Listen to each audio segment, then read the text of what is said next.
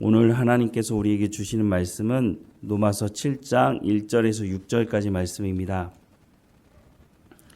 로마서 7장 1절에서 6절까지 말씀 우리 함께 읽겠습니다.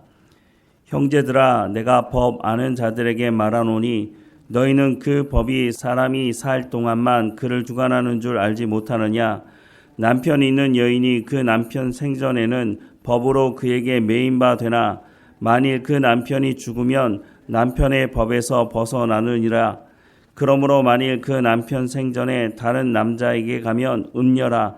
그러나 만일 남편이 죽으면 그 법에서 자유롭게 되나니 다른 남자에게 갈지라도 음녀가 되지 아니하느니라.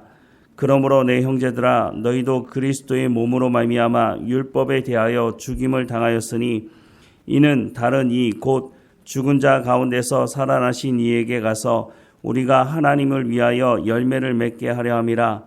우리가 육신에 있을 때에는 율법으로 말미암는 죄의 정욕이 우리 지체 중에 역사하여 우리로 사망을 위하여 열매를 맺게 하였더니 이제는 우리가 얽매였던 것에 대하여 죽었으므로 율법에서 벗어났으니 이러므로 우리가 영의 새로운 것으로 섬길 것이요 율법 조문에 묵은 것으로 아니할지니라.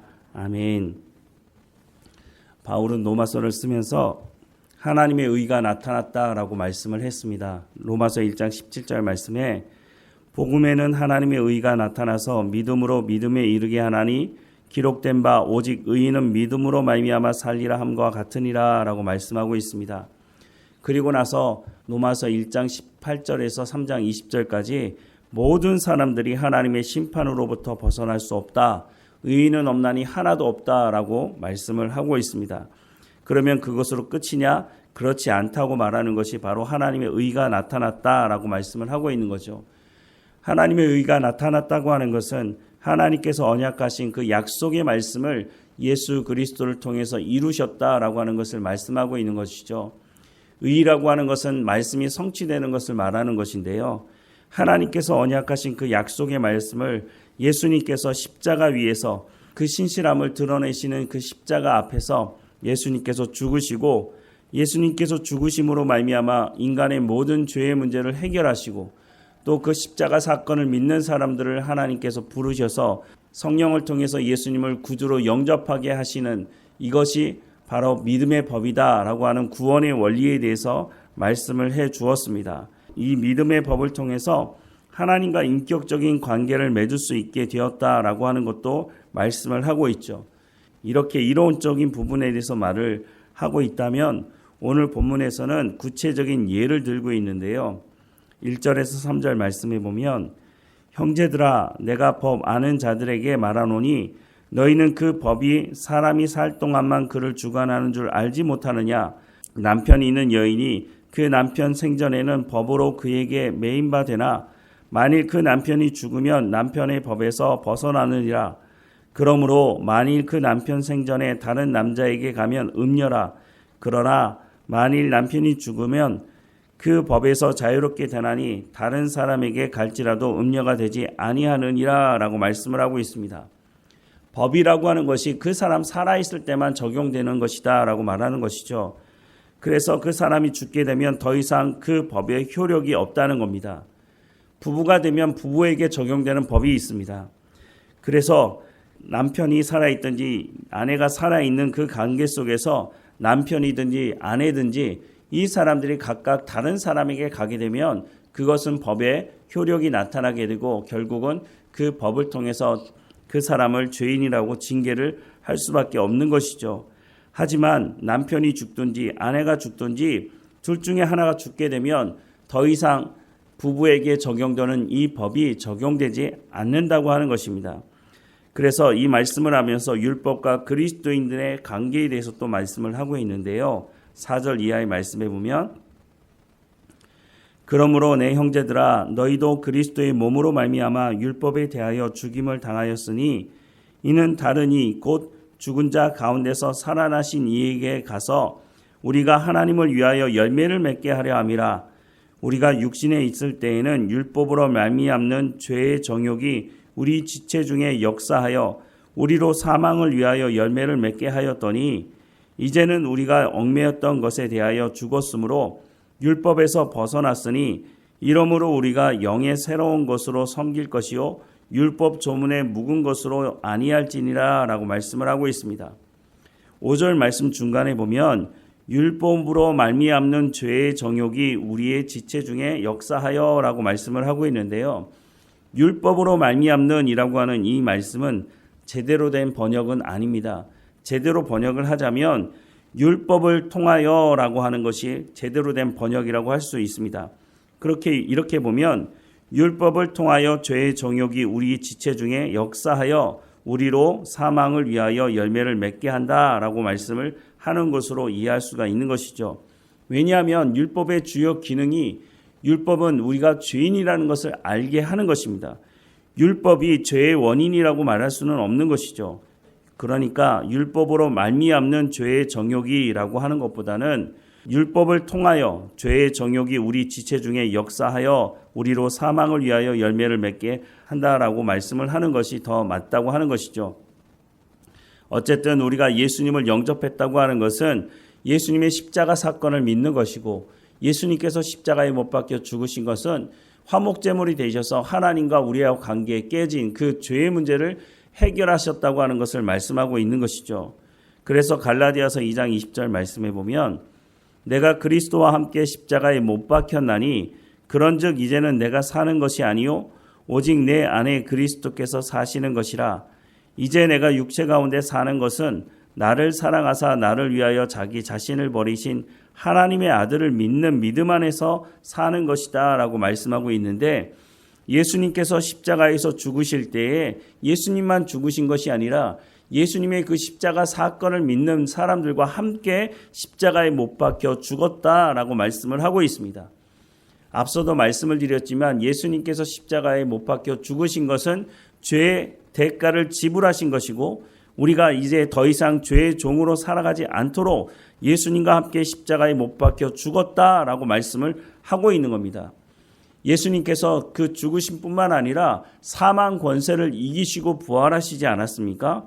그러니 이제 예수님을 영접한 사람들은 옛사람으로서의 삶을 이제 살아가지 않아도 된다라고 말씀하고 있는 겁니다. 아니, 옛사람으로 삶을 살아가지 않아도 된다는 것이 아니라 이제는 더 이상 옛사람으로 삶을 살아갈 수 없다라고 말씀을 하고 있는 겁니다. 죽은 사람이 어떻게 말을 할 수 있습니까? 죽은 사람이 어떻게 다시 생각할 수 있습니까? 그럴 수 없다는 거죠. 예수님과 함께 우리가 십자가에 못 박혀 죽게 되었다고 하는 것은 우리의 옛사람이 예수님과 함께 십자가에 못 박혀 죽게 되었으니, 앞서 예를 든 말씀을 통해서 보자면 남편이 이제는 죽었으니 아내는 자유롭게 되었다라고 하는 그 말씀과 연결되어 있다고 하는 것을 알 수가 있다는 것이죠. 그러면 이것으로 끝이냐? 그렇지 않습니다. 예수님께서 사망 권세를 이기시고 부활하시고 우리 가운데 새 생명을 주셨으니 이제는 우리가 옛사람으로 살아가는 것이 아니라 새 사람을 입고 지식에까지 새롭게 하심을 받아서 하나님의 사람으로 살아가면 된다라고 말씀을 해주고 있는 것이죠. 6절 말씀을 다시 보면 이제는 우리가 얽매였던 것에 대하여 죽었으므로 율법에서 벗어났으니 이러므로 우리가 영의 새로운 것으로 섬길 것이요 율법 조문에 묵은 것으로 아니할지니라 라고, 그래서 이렇게 말씀을 해주고 있다고 하는 것입니다. 6절 말씀을 새번역 성경으로 제가 다시 한번 읽어드리겠습니다. 그러나 지금은 우리를 올감했던 것에 대하여 죽어서 율법에서 풀려났습니다. 그래서 우리는 문자에 얽매인 낡은 정신으로 하나님을 섬기지 않고 성령이 주시는 새 정신으로 하나님을 섬깁니다 라고 말씀하고 있다는 것입니다. 우리가 새 사람을 입어서 이제는 새롭게 된 삶을 살아갈 때 필요한 것이 있는데 그것이 바로 성령이라고 말씀해 주고 있습니다. 예수님께서 내가 가면 보혜사 성령이 오실 것이다. 그 보혜사 성령이 오시면 너희로 하나님의 말씀을 깨달아 알게 하시고 성령의 열매를 맺어가는 삶을 살아가게 하실 것이다 라고 하는 것이 바로 이 말씀이라고 하는 것이죠. 성령을 통해서 우리가 새 정신으로 하나님을 섬기게 될 것이다. 골로새서 3장 10절에 말씀하는 것처럼 우리가 새 사람이 되었으니 지식에까지 새롭게 하심을 얻어서 하나님 앞에서 우리가 성령의 열매를 맺어가게 하시겠다고 하는 그 말씀이 이 말씀들과 다 연결이 되어져 있다고 하는 것입니다. 그러니 우리가 어떻게 살아가야 할까요? 성령의 충만함을 구해야 하겠죠. 우리의 힘과 능력으로는 우리가 성령의 열매를 맺을 수 없으니 그래서 우리가 성령의 충만함을 구해야 한다는 것입니다.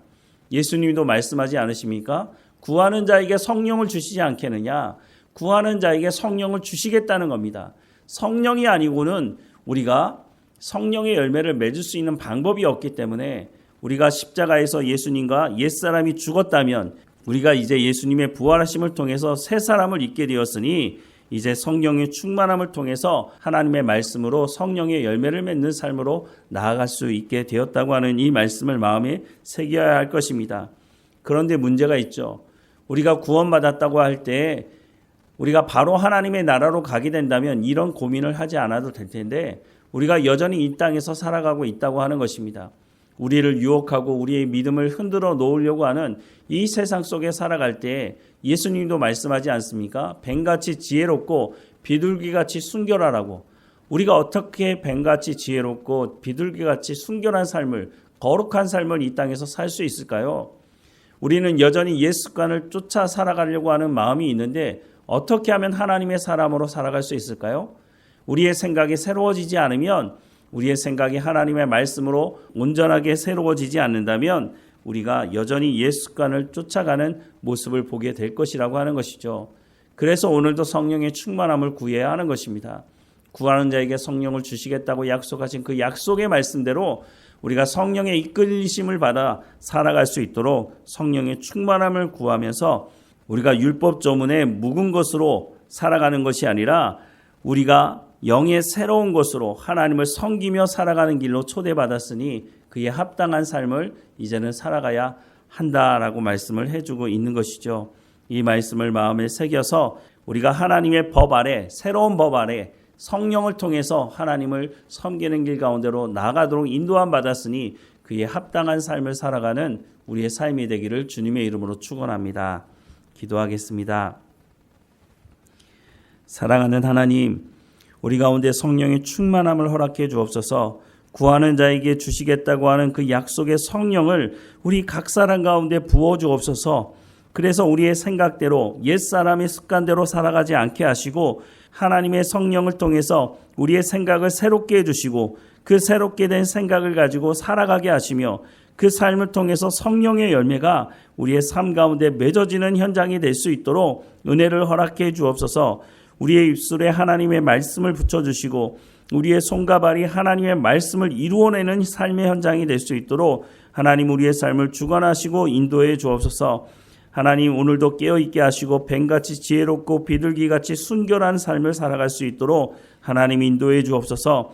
늘 하나님과 동행하게 하시며 하나님 인도하시는 그 삶을 통해서 세상 사람들이 우리의 착한 행실을 통해서 하나님 아버지께 영광을 돌리는 삶이 될 수 있도록 오늘도 주관하시고 인도해 주옵소서. 늘 하나님 앞에 깨어있도록 우리의 삶을 주관하시고 인도하실 하나님을 찬양합니다. 하나님 우리의 삶을 통해서 우리의 자녀들도 하나님이 누구이신지를 알게 하시고 우리 가운데 부어주셨던 그 은혜를 우리의 자녀들에게도 부어주옵소서. 하나님의 그 은혜가 우리의 자녀들을 통해서 흘러가게 하시고 대를 이어가며 신앙생활할 수 있는 가정이 될 수 있도록 하나님 인도해 주옵소서. 모든 것을 하나님께 맡겨드립니다. 뒤를 돌아볼 때마다 하나님 우리를 여기까지 인도하셨다고 감사하며 살아가는 우리의 삶이 될 수 있도록 인도해 주옵소서. 우리와 함께 하시는 하나님 감사하고 예수 그리스도 이름으로 기도드립니다. 아멘.